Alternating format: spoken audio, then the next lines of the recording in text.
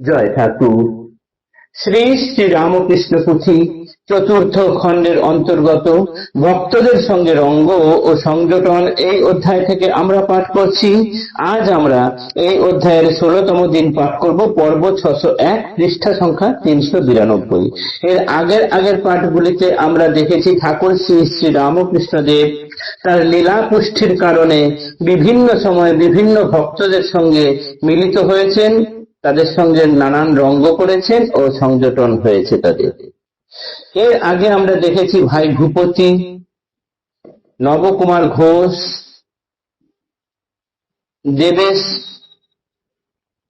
দেবেন্দ্র বাবুর মামা হরিশ মুস্তাফি এবং তার ছেলে 10 বছরের ছেলে যার নাম হরিপদ, তাকে পতু নামে ডাকা হয়।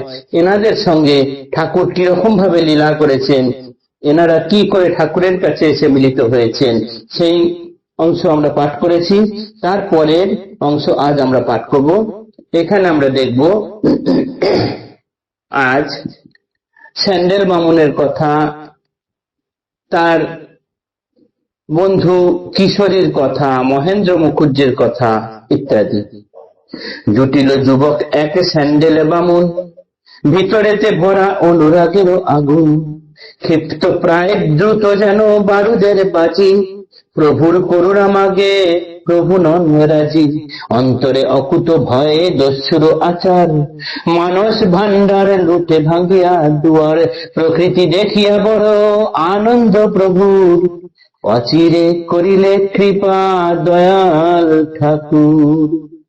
বিটল ব্রাহ্মণ আর পাছু দিল দেখা, কিশোরী তাহার নাম স্যান্ডেলের সখা, মাখানো উপরে গায়ে ভিতরের ভাব, সরল এতই যেন তরলের পাব, যুবা বয়স লম্বা দেহ শ্যামল বরণ, পাইল প্রভুর কৃপা পাইল যেমন, ইহার অনেক আগে জুটে একজন, বাগবাজারেতে ঘর মুখুজ্জে ব্রাহ্মণ, মহেন্দ্র তাহার নাম পরম উদার, বয়স অধিক প্রায় গন্ডা 12 পার, সুবলন ঠাম অঙ্গ চারু দর্শন, প্রভুর চরণের অতি মতি বিলক্ষণ।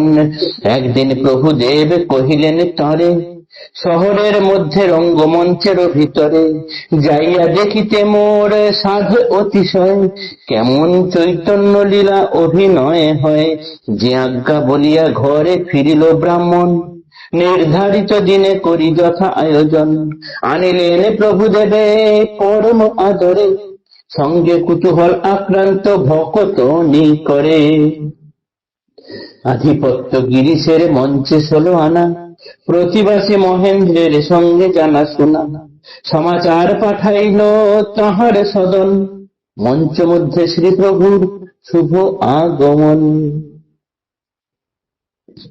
এইবার ঠাকুরের সঙ্গে এসে যিনি জুটলেন তিনি হলেন এক ব্রাহ্মণ, যিনি স্যান্ডেল নামে পরিচিত। তিনি খুব দ্রুত গতির এবং ছটফটে টাইপের মানুষ, বারবার ঠাকুরের কাছে কৃপা করার জন্য আসেন, ঠাকুর তাকে কৃপা করতে নারাজ, কিন্তু তার অকুত ভয় মনোভাব এবং দস্যুর মতো তার যেটা চাইবো সেটা লুটে নেব এইরকম মনোভাব। ঠাকুরের কাছে নাছোড়বান্দা, দয়া করতেই হবে ঠাকুর তোমাকে। অবশেষে ঠাকুর তাকে কৃপা করলেন। তার পিছনে পিছনে এলেন তার সখা আরেকজন, তিনি হলেন কিশোরী।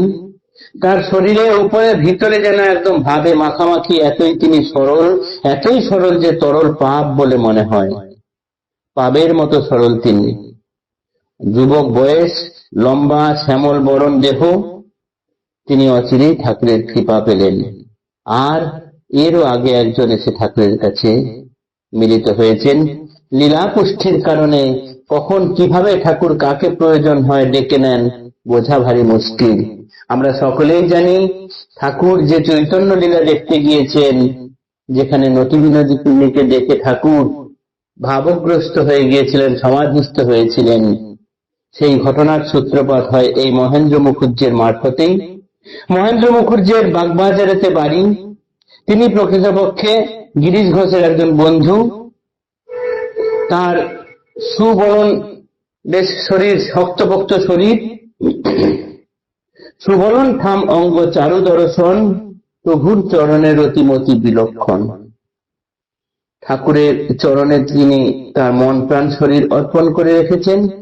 একদিন ঠাকুর তার কাছে ঠাকুরের মনের বাসনা প্রকাশ করলেন, বললেন, চারিদিকে শুনছি চৈতন্য লীলা খুব ভালো হচ্ছে। শহর কলকাতায় সেই সময় চৈতন্য লীলার একটি জোয়ার এসেছিল, যে এত সুন্দর লীলা বোধহয় এর আগে হয়নি। মনে হয় স্বয়ং মহাপ্রভু সশরীরে নেমে এসেছেন রঙ্গমঞ্চে। এই সময়ে ঠাকুরও শুনেছেন এই কথা, ঠাকুরের এটি দেখতে যাওয়ার ইচ্ছা হলো। রঙ্গমঞ্চ ইতিপূর্বে সকলের যাতায়াতের যোগ্য ছিল না, সকলে সেখানে যেতেন না। ঠাকুর সেখানে যাওয়ার ইচ্ছা প্রকাশ করলেন, বললেন, একদিন আমার সেখানে গিয়ে চৈতন্য লীলা দেখার বড় স্বাদ হয়েছে। মহেন্দ্র মুখুজ্জে যে আজ্ঞা বলে গেলেন, নির্ধারিত দিনে তিনি ঠাকুরকে সঙ্গে নিয়ে গেলেন এবং ঠাকুরের সঙ্গে তার নানান ভক্ত যারা সঙ্গে সঙ্গে থাকেন, অন্তরঙ্গ ভক্ত পার্ষদ, তারাও গেলেন। মঞ্চে গেলেন বটে, কিন্তু সেই মঞ্চে তো গিরিশচন্দ্র ঘোষের 16 আনা আধিপত্য, তারই সবকিছু সৃষ্টি, সুতরাং তার কথাই সেখানে সব। মঞ্চে গিয়ে মহেন্দ্র মুখুজ্জে গিরিশ ঘোষকে খবর পাঠালেন যে দক্ষিণেশ্বরের পরমহংস ঠাকুর শ্রী শ্রী রামকৃষ্ণদেব তোমার রঙ্গমঞ্চে এসেছেন চৈতন্য লীলা দেখবেন বলে। এই বার্তা পাঠালেন গিরিশ ঘোষের কাছে। এরপর আগামীকাল আমরা দেখব কি হচ্ছে ঘটনা। আজকের পাঠ এখানেই থাকলো। জয় ঠাকুর, নমস্কার।